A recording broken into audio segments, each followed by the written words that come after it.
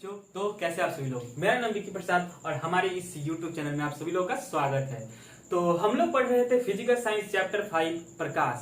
तो आज का हम लोग का टॉपिक रहेगा बहुत ही मजेदार टॉपिक, प्रकाश का अपवर्तन। तो चलिए शुरू करते हैं बिना किसी देरी के। तो शुरू करते हैं प्रकाश का अपवर्तन।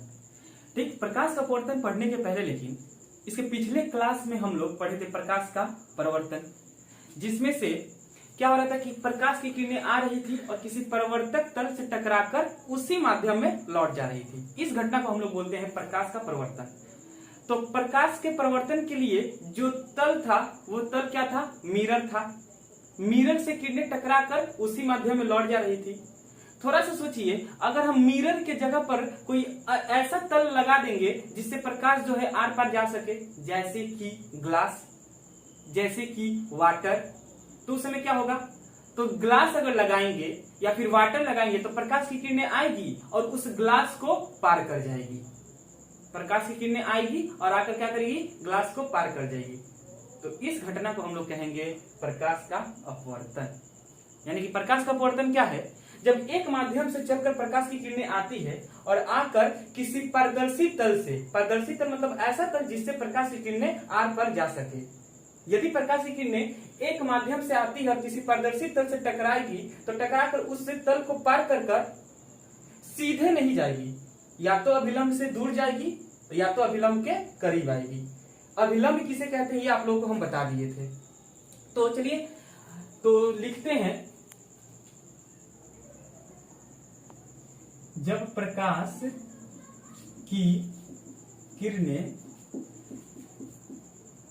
एक माध्यम से चलकर किसी दूसरे पारदर्शी माध्यम में प्रवेश करती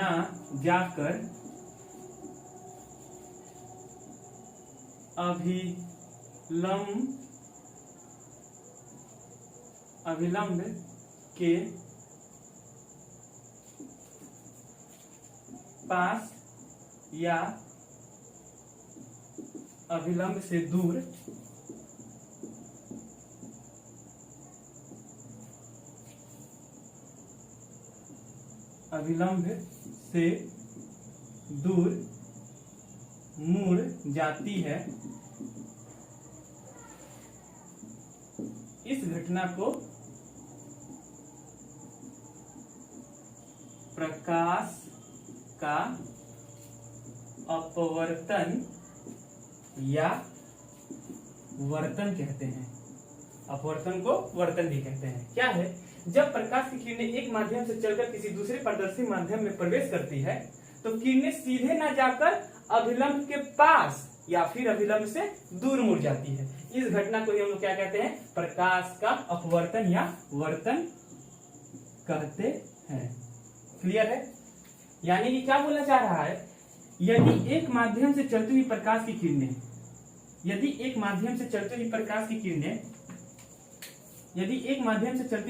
किरणें किसी पारदर्शी माध्यम में प्रवेश करती है, तो किरणें सीधे ना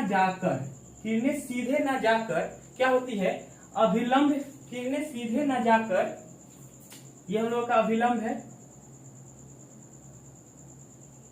तो किरणें सीधे ना जाकर अभिलंब के पास मुड़ जाती है या फिर अभिलंब से दूर चली जाती है। ठीक, यदि एक माध्यम से चलती हुई प्रकाश की किरणें किसी पारदर्शी माध्यम में प्रवेश करती है तो किरणें सीधे ना जाकर अभिलंब के पास आ जाती है या फिर अभिलंब से दूर चली जाती है। इस घटना को ही क्या कहते हैं? प्रकाश का अपवर्तन कहते हैं। अब क्वेश्चन ये है कि किरणें अभिलंब के पास क्यों आती है और अभिलंब या फिर अभिलंब से दूर क्यों चली जाती है, या फिर किरणें कब अभिलंब के पास आएगी या फिर किरणें कब अभिलंब से दूर जाएगी, ये क्वेश्चन है। तो अभिलंब के पास कब आती है या फिर अभिलंब से दूर कब जाती है, इसका कारण ये है कि दोनों माध्यम के घनत्व में अंतर है और दोनों माध्यम के घनत्व में अंतर होने के कारण प्रकाश का जो वेग है वो अलग अलग माध्यमों में अलग अलग होता है, जिसके कारण किरणें जो है सीधे ना जाकर या तो अभिलंब के पास आती है या फिर अभिलंब से दूर चली जाती है।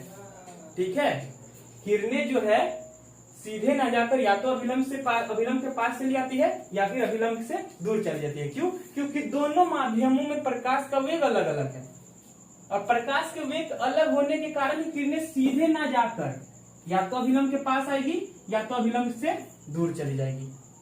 तो सुनिए, जिस माध्यम में प्रकाश का वेग ज्यादा होगा, क्या बोले हैं, जिस माध्यम में प्रकाश का वेग ज्यादा होगा उस माध्यम को हम लोग बोलते हैं विरल माध्यम। जिस माध्यम में प्रकाश का वेग ज्यादा होगा उस माध्यम को हम लोग बोलते हैं विरल माध्यम, और जिस माध्यम में प्रकाश का वेग कम होगा उस माध्यम को हम लोग बोलते हैं सघन माध्यम। याद रहेगा, जिस माध्यम में प्रकाश का वेग ज्यादा होगा उस माध्यम को हम लोग बोलते हैं विरल माध्यम, और जिस माध्यम में प्रकाश का वेग कम होगा उस माध्यम को बोलते हैं हम लोग सघन माध्यम। तो जब किरणें विरल से सघन में आएगी तो अभिलंब के पास चली जाती है। ठीक इसी के उल्टा, जब किरणें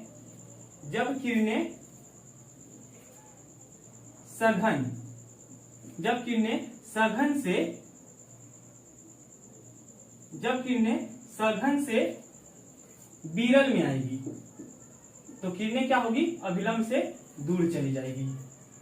आएगा समझ में? तो ये हम लोग का विरल माध्यम, सघन माध्यम। विरल माध्यम किसे कहते हैं, जब किरणें जिस माध्यम में प्रकाश का वेग ज्यादा होता है उस माध्यम को विरल माध्यम, और जिस माध्यम में प्रकाश का वेग कम होता है उस माध्यम को हम लोग सघन माध्यम कहते हैं। अब जैसे कि जब हम लोग प्रकाश का परिवर्तन पढ़े थे तो उसमें हम लोग पढ़े थे क्या कि जो किरणें आकर परिवर्तक तल पर टकराती थी उस किरण को हम लोग कौन सा किरण बोलते हैं, आपतित किरण। ठीक इसमें भी वही, ये वाला जो किरण आकर इस तल पे टकरा रही है तो इस किरण को हम लोग कौन सा किरण बोलेंगे, आपतित किरण। लिखते हैं यहाँ पर, ये किरण कौन सी किरण कहलाएगी, आपतित किरण। आपतित किरण।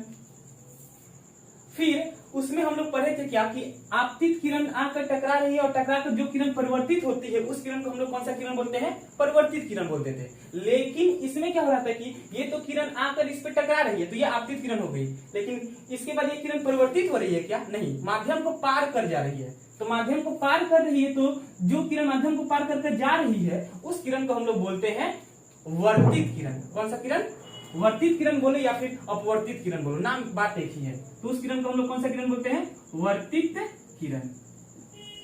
ठीक है, और आपतित किरण और वर्तित किरण जिस बिंदु पर मिलते हैं उस बिंदु को हम लोग बोलते हैं आपतन बिंदु। उस बिंदु को क्या बोलते हैं, आपतन बिंदु।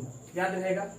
तो ये हुआ आपतित किरण, ये हुआ वर्तित किरण, ये हुआ आपतन बिंदु। और आपतन बिंदु से यदि एक सीधी सरल रेखा खींचेंगे क्या कहलाएगा भाई, वो कहलाएगा अभिलंब। आपतन बिंदु से यदि एक सीधी सरल रेखा खींचेंगे वो सरल रेखा क्या कहलाएगा, वो कहलाएगा अभिलंब, मतलब परपेंडिकुलर। यानी कि ये अभिलंब जो है इसके साथ 90 डिग्री का एंगल बना रहा है। ये हुआ। अब अभिलंब और आपतित किरण के बीच में जो कोण बन रहा है, अभिलंब और आपतित किरण के बीच में जो कोण बन रहा है उस कोण को हम लोग बोलते हैं आपतन कोण। उस कोण को क्या बोलते हैं, आपतन कोण। आपतन कोण, और आपतन कोण को हम लोग डिनोट करते हैं आई से। ठीक है, और वर्तित किरण और अभिलंब के बीच में भी एक कोण बन रहा है, ये वाला कोण। इस कोण को हम लोग कौन सा कोण बोलेंगे, खुद से बोलिए। जी हाँ, वर्तित कोण, वर्तन कोण। कौन सा कोण बोलेंगे, वर्तन कोण। और इस वर्तन कोण को हम लोग डिनोट करते हैं सिर्फ आर से। आएगा समझ में? तो ये हुआ हम लोग का आपतित किरण, ये हुआ हम लोग का जो किरण वर्तित हो रही है वो वर्तित किरण, और आपतित किरण और वर्तित किरण जिस बिंदु पर मिल रहे हैं उस बिंदु को हम लोग बोलते हैं आपतन बिंदु। और आपतन बिंदु से एक सीधी सरल रेखा खींच रहे हैं उसको हम लोग बोलते हैं अभिलंब। अभिलंब और आपतन कोण के बीच में जो कोण बन रहा है, अभिलंब और आपतित किरण के बीच में जो कोण बन रहा है उस कोण को हम लोग बोलते हैं आपतन कोण। ठीक उसी तरह वर्तित किरण और अभिलंब के बीच में जो कोण बन रहा है उस कोण को हम लोग बोलते हैं वर्तन कोण। ठीक, तो ये हुआ हम लोगों का प्रकाश के अपवर्तन के बारे में। विरल माध्यम किसे कहते हैं? जिस माध्यम में प्रकाश का वेग ज्यादा होगा उस माध्यम को हम लोग विरल माध्यम कहेंगे, और जिस माध्यम में प्रकाश का वेग कम होगा उस माध्यम को सघन माध्यम कहेंगे। ठीक है, तो प्रकाश का वेग ज्यादा कहाँ होगा और प्रकाश का वेग कम कहाँ होगा? तो जिस माध्यम का घनत्व कम होगा, जो माध्यम कम घना होगा उसमें प्रकाश का वेग ज्यादा होगा, और जो माध्यम अधिक घना होगा उसमें प्रकाश का वेग क्या होगा? कम होगा। बिल्कुल। मान लीजिए कि एग्जाम्पल एक छोटा सा दे रहे हैं कि अगर हम एक बड़ा सा ग्राउंड ले ले और उसमें पूरा भीड़ भाड़, मतलब बड़े से ग्राउंड में बहुत ज्यादा लोग पूरा भरे हुए हैं, और उसमें बोलेंगे किसी लड़के को दौड़ने के लिए, तो वो लड़का कुछ स्पीड से दौड़ेगा, भीड़ है कुछ स्पीड से दौड़ेगा। अब हम क्या किए कि ग्राउंड के सभी लोगों को हटा दिए। अभी लड़का स्पीड से दौड़ेगा तो अभी उस लड़के का जो स्पीड होगा कम होगा कि ज्यादा होगा? बिल्कुल ज्यादा होगा। क्यों? क्योंकि ग्राउंड अभी क्या है? खाली है। ग्राउंड अभी क्या है? घना नहीं है। तो ग्राउंड यदि घना नहीं है तो उसमें स्पीड ज्यादा होता है, और ग्राउंड यदि घना है तो उसमें स्पीड क्या होता है? कम होता है। ठीक उसी तरह जो विरल माध्यम होता है वो कम घना होता है, और जो सघन माध्यम होता है अधिक घना होता है। तो दोनों माध्यम हम लोग ऐसे भी बोल सकते हैं कि दोनों माध्यम में के घनत्व में अंतर होने के कारण, किरणें सीधी ना जाकर अभिलंब के पास चली जाती है या फिर अभिलंब से दूर चली जाती है। अभिलंब के पास कब आएगी? यदि किरण, प्रकाश की किरण विरल से सघन में आएगी तो अभिलंब के पास, और यदि किरण सघन से विरल जाएगी तो अभिलंब से दूर को जाएगी। आए बात समझ में? अब हम लोग पढ़ रहे थे प्रकाश का, जब हम लोग परिवर्तन पढ़े थे तो उसमें हम लोग पढ़े थे कि प्रकाश के परिवर्तन का 2 नियम होता है। याद है आप लोगों को? तो पहला नियम है, प्रकाश के परिवर्तन का बात कर रहे हैं। प्रकाश के परिवर्तन का पहला नियम है कि आपतित किरण, परिवर्तित किरण और आपतन बिंदु से खींचा गया अभिलंब तीनों एक ही तल में होगा। ये प्रकाश के परिवर्तन का पहला नियम था। और दूसरा नियम था क्या? कि आपतन कोण और परिवर्तन कोण का मान हमेशा बराबर होगा। प्रकाश के परिवर्तन का पहला 2 नियम था। ठीक उसी तरह प्रकाश के अपवर्तन के भी 2 नियम होते हैं। प्रकाश के अपवर्तन के कितने नियम होते हैं? 2 नियम। कौन कौन सा नियम है? तो पहला नियम सेम वही वाला नियम भाई। कौन सा नियम? तो पहला वाला नियम जो प्रकाश के परिवर्तन का जो नियम था वही प्रकाश के अपवर्तन का भी पहला नियम है। तो नियम ये है क्या कि आपतित किरण, वर्तित किरण तथा आपतन बिंदु से खींचा गया अभिलंब तीनों एक ही तल में होंगे। ये पहला नियम हुआ। आपतित किरण तथा वर्तित किरण और आपतन बिंदु से खींचा गया अभिलंब तीनों एक ही तल में होंगे। ये हुआ पहला नियम। अब बात करते हैं दूसरे नियम के बारे में। तो दूसरा नियम क्या है? तो दूसरा नियम क्या है? तो जब हम लोग प्रकाश के परिवर्तन पढ़ रहे थे तो उसमें दूसरा नियम था कि एंगल आई जो है बराबर होता है एंगल आर के, यानी कि आपतन कोण और परिवर्तन कोण जो है वो बराबर होता था प्रकाश के परिवर्तन में। लेकिन इसमें आई और इस आर में क्या रिलेशन है? तो बहुत सारे वैज्ञानिक आए, उन्होंने रिलेशन फाइंड करना शुरू किया कि आखिर आई और आर में क्या रिलेशन हो सकता है। तो बहुत सोच विचार कर उन्होंने इस निष्कर्ष पे पहुंचे कि क्या हुआ कि यदि माध्यम सेम हो, यानी कि यदि प्रकाश की किरणें एक माध्यम से चलकर दूसरी माध्यम में आ रही है, ठीक, तो क्या हो रहा है? मान लीजिए कि एक बार प्रकाश की किरणें यहां से आकर यहां पर आई, फिर सेम यही माध्यम है, इस बार प्रकाश की किरणें यहां से आकर यहां पर आई, फिर इस बार प्रकाश की किरणें यहां से जाकर यहां को आई। 3 अलग अलग तरह के प्रकाश की किरणें। ध्यान से देखिए, इसमें आपतन कोण ये है और वर्तन कोण ये है, इसमें आपतन कोण ये और वर्तन कोण ये, इसमें आपतन कोण ये और वर्तन कोण ये। I R I R I R. अब रिलेशन क्या है? तो बहुत सारा सोच विचार करने के बाद वैज्ञानिक इस नतीजे पर पहुंचे कि अपवर्तन कोण के साइन आई तथा वर्तन कोण के साइन आर का जो अनुपात होगा वो हमेशा सेम होगा। अपवर्तन कोण के साइन आई तथा वर्तन कोण का जो साइन आर का अनुपात होगा वो हमेशा सेम होगा। कहने का मतलब ये है कि अपवर्तन कोण के साइन आई यानी कि साइन आई और साइन आर का जो अनुपात होगा इसमें वही अनुपात इसमें भी होगा, वही अनुपात इसमें भी होगा। यानी कि sine i by sine r, मान लीजिए कि ये I1 और ये R2, ये I3 और ये R3, तो sine i by sine r बराबर होगा साइन I1 बाई साइन 1 माने थे ना, sign I1 by sine R2 बराबर होगा sign I2 by sine R2। कहने का मतलब ये है। तो क्या नियम है कि अपवर्तन कोण के साइन आई तथा वर्तन कोण के साइन आर का अनुपात हमेशा स्थिर होगा। मान लीजिए कि इसमें साइन आई और साइन आर का अनुपात 5 आ रहा है, मान लीजिए कि साइन आई और साइन आर का अनुपात 5 आ रहा है, तो इसमें भी sine i by sine r का अनुपात कितना आएगा, 5 ही आएगा। इसमें भी sine i by sine r का अनुपात कितना होगा, 5 ही होगा। क्लियर है। तो ये है प्रकाश के अपवर्तन का दूसरा नियम। अपवर्तन, प्रकाश के अपवर्तन का दूसरा नियम क्या है कि अपवर्तन कोण के साइन आई तथा वर्तन कोण के साइन आर का अनुपात हमेशा स्थिर रहेगा। क्लियर है। तो ये तो हुआ हम लोगों का क्या, प्रकाश के अपवर्तन का दूसरा नियम। तो दूसरा नियम हम लिख रहे हैं डस्टर।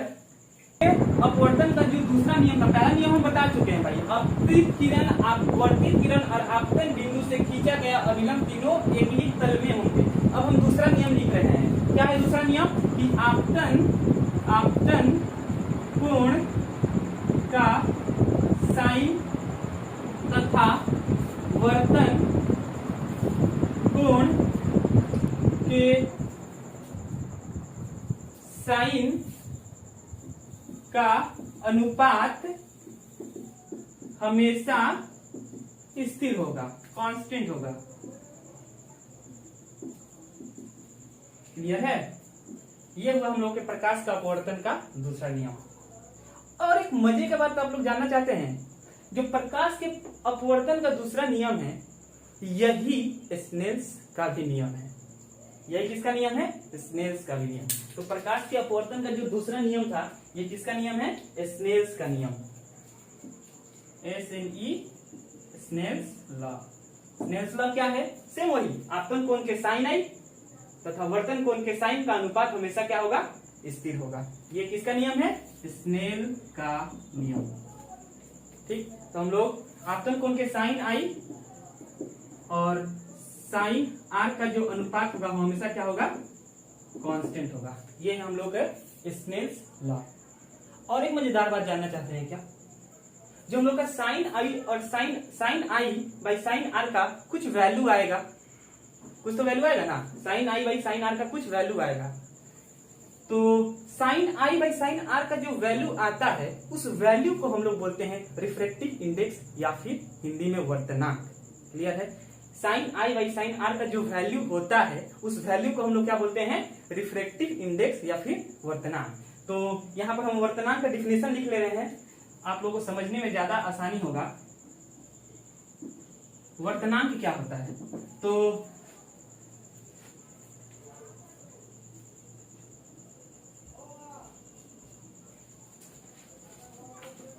आपतन कोण के साइन आई तथा वर्तन कोण के साइन आर के अनुपात को वर्तनांक कहते हैं, वर्तनांक कहते हैं। क्लियर है। आपतन कोण के साइन आई तथा वर्तन कोण के साइन आर के अनुपात को हम लोग क्या कहते हैं, वर्तनांक कहते हैं। यानी कि हम लोग लिख सकते हैं sine i by sine r जो है वो क्या है, वो क्या है, वर्तनांक है। वो क्या है, वर्तनांक है। Sine i by sine r जो है वो क्या है, वर्तनांक है। और वर्तनांक को जो डिनोट करते हैं हम लोग, एक साइन रहता है, उस साइन को हम लोग बोलते हैं म्यू। वर्तनांक को किससे डिनोट करते हैं? तो वर्तनांक को डिनोट करते हैं म्यू से। क्लियर है? वर्तनांक को हम लोग डिनोट करते हैं, ग्रीन वाला मार्क करते हैं, वर्तनांक को हम लोग डिनोट करते हैं म्यू से। ठीक, तो म्यू क्या है? म्यू वर्तनांक ही है। वर्तनांक क्या है? आपतन कोण के साइन आई और वर्तन कोण के साइन आर का जो अनुपात होगा वही क्या कहलाएगा? वर्तनांक कहलाएगा। तो ये हुआ हम लोगों का वर्तनांक। वर्तनांक यानी क्या? आपतन कोण के साइन तथा वर्तन कोण के साइन के अनुपात को वर्तनांक कहते हैं। अब ये जो वर्तनांक किसी माध्यम का निकालते हैं वो हमेशा एक माध्यम के सापेक्ष निकालते हैं, मतलब एक माध्यम का वर्तनांक किसी अन्य माध्यम के सापेक्ष निकालते हैं। जैसे कि मान लीजिए कि यहाँ पर विरल से सघन, विरल माध्यम मान लीजिए कि यहाँ पर वायु है। विरल माध्यम क्या है? वायु। वायु यानी कि जो प्रकाश की किरण है वो वायु से चलकर प्रवेश कर रही है सघन माध्यम, मान लीजिए कि जल। प्रकाश की किरण वायु से चलकर प्रवेश कहां पर कर रही है? जल में। तो हम लोग वर्तनांक निकालेंगे किसका? जल का वर्तनांक। किसके सापेक्ष? वायु के सापेक्ष। जल का वर्तनांक निकालेंगे किसके सापेक्ष? वायु के सापेक्ष। तो वायु के सापेक्ष जो जल का वर्तनांक होता है वो याद रखिए, वायु के सापेक्ष जल का वर्तनांक होता है 1.33। वायु के सापेक्ष हम लोग किसका वर्तनांक निकाल रहे हैं? जल का वर्तनांक निकाल रहे हैं वायु के सापेक्ष। ठीक, तो वर्तनांक को डिनोट करते हैं म्यू से। वर्तनांक किसका निकाल रहे हैं? जल का। किसके सापेक्ष? जल का वाटर। वाटर का वर्तनांक निकालें किसके सापेक्ष? एयर। तो वाटर का वर्तनांक एयर के सापेक्ष जो है 1.33 होता है। वर्तनांक की कोई इकाई नहीं होती क्योंकि जो ये जो वर्तनांक है वो एक ही राशि के अनुपात है, और जो एक ही राशि का अनुपात होता है उसका कोई इकाई नहीं होता है। क्लियर? तो वायु जल का जो वर्तनांक है वो वायु के सापेक्ष कितना है? 1.33 होता है। तो अब इस कथन का मतलब क्या है? जल का वर्तनांक वायु के सापेक्ष 1.33 है। इस कथन का मतलब क्या है? जल का वर्तनांक वाटर के सापेक्ष 1.33। इस कथन का बोर नहीं ना हो रहे हो? बोर होकर होके तो हम गाना शुरू करेंगे भाई। और मेरे गाने का ये है कि आज भी अगर कोई बच्चा रोता है तो मम्मी बोलती है कि बाबू सो जा वरना विक्की सर गाना शुरू करेंगे। ठीक, तो सोना नहीं है, बोर नहीं होना है। तो हम लोग पढ़ रहे थे वर्तनांक, और क्या पढ़ रहे थे कि वाटर का वर्तनांक वायु के सापेक्ष 1.33। इस कथन का क्या तात्पर्य है? तो इस कथन का तात्पर्य यह है कि जब प्रकाश की किरण वायु से चलकर जल में प्रवेश करती है, जब प्रकाश की किरण वायु से चलकर जल में प्रवेश करती है तो आपतन कोण के साइन आई तथा वर्तन कोण के साइन आर का अनुपात 1.33 होता है। क्लियर? जब प्रकाश की किरणें वायु से चलकर जल में प्रवेश करती है तो आपतन कोण के साइन आई तथा वर्तन कोण के साइन आर का अनुपात कितना होता है? 1.33। याद रहेगा? याद रहना ही चाहिए भाई। कोई रॉकेट साइंस थोड़ी है कि आप लोगों को समझ में नहीं आएगा, और इतने तो आप लोग भोदे हो नहीं। तो इसका हम क्या होगा? वाटर का वर्तनांक, जल का वर्तनांक वायु के सापेक्ष 1.33। इस कथन का तात्पर्य यह है कि जब प्रकाश की किरणें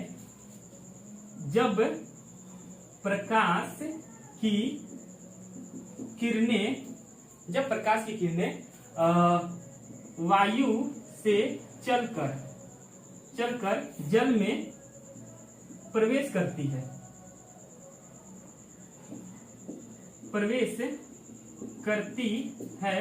तो आपतन कोण के साइन तथा वर्तन कोण के साइन का अनुपात 1.33 होता है। हो भाई, आएगा समझ में? तो ये तो हुआ हम लोगों का क्या? वायु का वर्तनांक। इसी तरह से मान लीजिए कि एक अन्य माध्यम का वर्तनांक जो होगा वो वायु के सापेक्ष है 1.44। मान लीजिए कि केरोसिन, नाम तो आप लोग सुने होंगे भाई। केरोसिन का वर्तनांक जो है 1.44 होता है। किसके सापेक्ष? वायु के सापेक्ष। तो बताइए इस कथन का क्या तात्पर्य है? केरोसिन का वर्तनांक वायु के सापेक्ष 1.44 है। इस कथन का क्या तात्पर्य है? बता पाइएगा? अरे भाई बता पाइएगा, इतने अच्छे से समझाए हैं। तो इसका मतलब ये है कि जब प्रकाश की किरणें वायु से चलकर केरोसिन में प्रवेश करती है तो आपतन कोण के साइन आई तथा वर्तन कोण के साइन आपका अनुपात 1.44 होता है। क्लियर है। अब ये जो वर्तनांक होता है वो डिपेंड करता है किसके ऊपर? डिपेंड करता है माध्यम के ऊपर। अलग अलग माध्यम रहेगा, प्रकाश का वेग जो होगा वो क्या होगा? अलग अलग होगा। क्यों? क्योंकि माध्यम जो है कोई घना होगा, कोई कम घना होगा, तो प्रकाश के वेग में अंतर होने के कारण वर्तनांक भी क्या होता है? वो अलग अलग होता है। तो वर्तनांक और प्रकाश के वेग में क्या संबंध है? तो वर्तनांक और प्रकाश के वेग में संबंध ये है कि मान लीजिए कि किरणें जो है वायु से चलकर अन्य माध्यम में प्रवेश कर रहा है, जिस माध्यम में प्रवेश कर रहा है जल में, तो इसको हम मिटा रहे हैं। हाँ, तो प्रकाश क्या बोल रहे थे हम लोग? वर्तनांक और प्रकाश के वेग में क्या संबंध है, मतलब वेग में क्या संबंध है? तो वेग में ये वर्तनांक में जैसे हम लोग वर्तनांक निकाल रहे हैं एयर और वाटर का वर्तनांक निकाल रहे हैं एयर के सापेक्ष, तो इस संबंध ये है कि प्रकाश का वेग डिवाइडेड बाई जल में प्रकाश का वेग, वायु में प्रकाश का वेग डिवाइडेड बाई जल में प्रकाश का वेग। C1 हम मान रहे हैं वायु में प्रकाश का वेग डिवाइडेड बाई जल में प्रकाश का वेग। अगर इन दोनों को डिवाइड करेंगे तभी भी हम लोग को क्या निकल जाएगा? उसका वर्तनांक निकल जाएगा। जैसे कि हम बता रहे हैं वायु में प्रकाश का जो वेग होता है, वायु में जो प्रकाश का वेग होता है 3 × 10 to the power 5 किलोमीटर पर सेकेंड। ठीक है, ये वायु में प्रकाश का वेग होता है। इसी तरह से जल में प्रकाश का जो वेग होता है 2.25 × 10 to the power 5 किलोमीटर पर सेकेंड। इसको इससे अगर डिवाइड करिएगा तो हमेशा 1.33 ही आएगा। विश्वास नहीं हो रहा है तो कर देख लीजिए। ठीक है, तो ये हुआ हम लोगों का वर्तनांक। तो अगर हम लोगों को दो माध्यम में प्रकाश का वेग दिया रहेगा तो हम लोग आसानी से वर्तनांक फाइंड कर पाएंगे। तो चलिए इसके ऊपर एक न्यूमेरिकल देते हैं। जैसे कि वायु में प्रकाश का वेग, वायु में प्रकाश का वेग 3 × 10 to the power 5 किलोमीटर पर सेकेंड है। ठीक है, और कांच में प्रकाश का वेग, कांच में प्रकाश का वेग 2 × 10 to the power 5 किलोमीटर पर सेकेंड है। तो कांच का वर्तनांक क्या होगा? वायु के सापेक्ष। चलिए इसको जल्दी से निकालिए, पोज करिए वीडियो। तो 5 4 3 2 1 0 बता रहे हैं हम। तो वर्तनांक का फॉर्मूला अभी भी जस्ट हम लोग पढ़े हैं।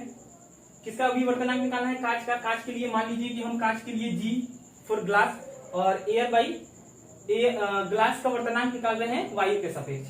तो ऊपर में वायु में प्रकाश का वेग, नीचे में क्या होगा? ग्लास में प्रकाश का वेग। तो वायु में प्रकाश का वेग 3 × 10 to the power 5 किलोमीटर पर सेकेंड और कांच में प्रकाश का वेग कितना है? 2 × 10 to the power 5 किलोमीटर पर सेकेंड। तो यहाँ पर क्या लिखेंगे हम लोग? 2 × 10 to the power 5 किलोमीटर पर सेकेंड। अब ये कटेगा, कट गया 3/2। 3/2 कितना होता है? जल्दी जल्दी जल्दी जल्दी 3/2। तो 3/2 कितना होता है? 3/2 होता है 1.5, यानी कि ग्लास का वर्तनांक वायु के सापेक्ष कितना आया? 1.5 आया। तो निकालने सीख गए ना आप लोग। अगर हम लोगों को दो मीडियम में प्रकाश का वेग दिया रहेगा, आसानी से हम लोग किसी भी मीडियम का वर्तनांक निकाल पाएंगे। क्लियर है? तो ठीक उसी तरह से उल्टा, अगर हम लोगों को वर्तनांक दिया रहेगा और प्रकाश का वेग दिया रहेगा तो अन्य माध्यम में हम लोग प्रकाश का वेग भी फाइंड कर पाएंगे। जैसे कि एक नया क्वेश्चन है, क्वेश्चन ये है कि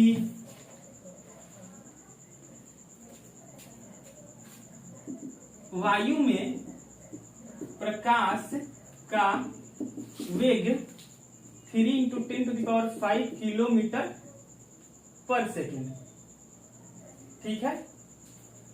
और टार्पिन का वर्तनांक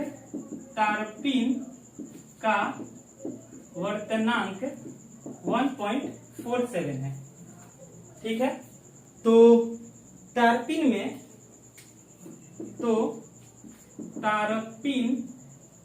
में प्रकाश का वेग ज्ञात कीजिए।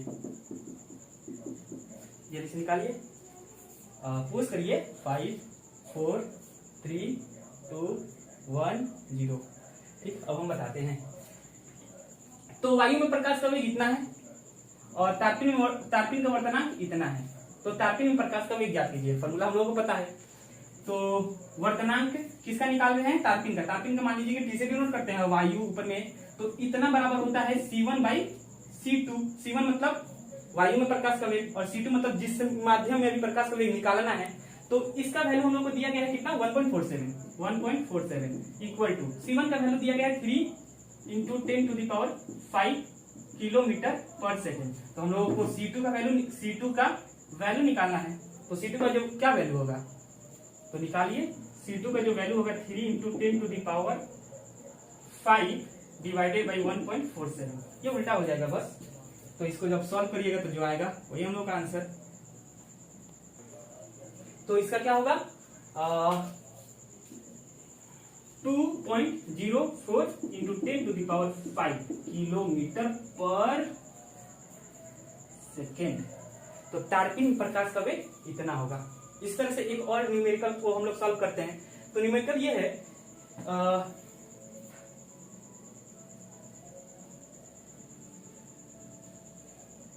चलिए इस बार ये वाला बना लीजिएगा आप लोग खुद से।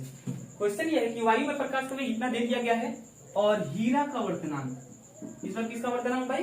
हीरा का वर्तनांक। तो हीरा का जो वर्तनांक होता है 2.42। हीरा का जो वर्तनांक होता है कितना होता है? 2.42। वायु में प्रकाश का वेग इतना और हीरा का वर्तनांक इतना होता है। तो हीरा में प्रकाश का वेग जल्दी से ज्ञात कीजिए। आप लोगों के पास फिर से 5 सेकंड का समय है। 5 4 3 2 1 और 0। सॉल्व करिए, पोज करिए कर। ठीक, अब हम बताते हैं। तो निकालते हैं। हीरा को डायमंड डी से डिनोट करते हैं वायु C1/C2। तो इसका वैल्यू हम लोग को दे दिया गया है 2.42 इक्वल टू C1 का वैल्यू दिया गया है 3 × 10⁵ डिवाइडेड बाई C2 का वैल्यू हम लोगों को तो फाइंड करना है। तो C2 बराबर क्या हो जाएगा 3 × 10⁵ डिवाइडेड बाई 2.42। यानी कि इसको अगर डिवाइड देंगे तो कितना आएगा? इसको डिवाइड देंगे तो इसको अगर सॉल्व करेंगे तो आएगा 1.23 × 10⁵ किलोमीटर पर सेकेंड। सोच रहे हैं यदि प्रकाश वायु से डायमंड में प्रवेश करता है तो उसके वेग में कितना परिवर्तन हो रहा है? पहले प्रकाश में वायु में प्रकाश का वेग 3 × 10⁵ किलोमीटर पर सेकेंड। जैसे ही वो डायमंड में प्रवेश किया वेग कितना हो गया घटकर 1.23 × 10⁵ किलोमीटर पर सेकेंड। तो ये हुआ हम लोगों का वर्तनांक के बारे में। अब है जैसे कि हम लोग को पता है क्या कि विरल माध्यम से सघन माध्यम में आ रहा है, तो प्रकाश की जो किरण है या तो अभिलंब के पास जा रही है या तो अभिलंब के से दूर जा रही है। अगर क्वेश्चन आप लोगों से ये पूछा गया कि कब प्रकाश की किरणें सीधे गुजर जाएगी, कब प्रकाश की किरणें सीधे गुजर जाएगी? तो यदि प्रकाश की किरण अभिलंब से होकर आएगी तो, यदि प्रकाश की किरण कहां से होकर आएगी तो अभिलंब। यदि प्रकाश की किरण अभिलंब यानी कि यहां से नाकर से एकदम सीधा अभिलंब से आएगी तो ये क्या होगी? सीधे गुजर जाएगी। यदि प्रकाश की किरण अभिलंब से आएगी तो क्या होगी? सीधे गुजर जाएगी। उस समय कोई डिफ्लेक्शन नहीं भाई, एकदम सीधे गुजर जाएगी। और एक कंडीशन है, यदि माध्यम हम लोग सेम रखेंगे, ऊपर वायु नीचे भी वायु, वायु से वायु में जब प्रकाश की किरण प्रवेश करेगी तो क्या होगा? वो कहीं डिफ्लेक्ट नहीं करेगी, एकदम सीधे निकल जाएगी। तो ये हुआ हम लोगों का प्रकाश का अपवर्तन के बारे में। अभी के लिए बाय, और मन लगाकर भाई पढ़ते रहिए। बाय।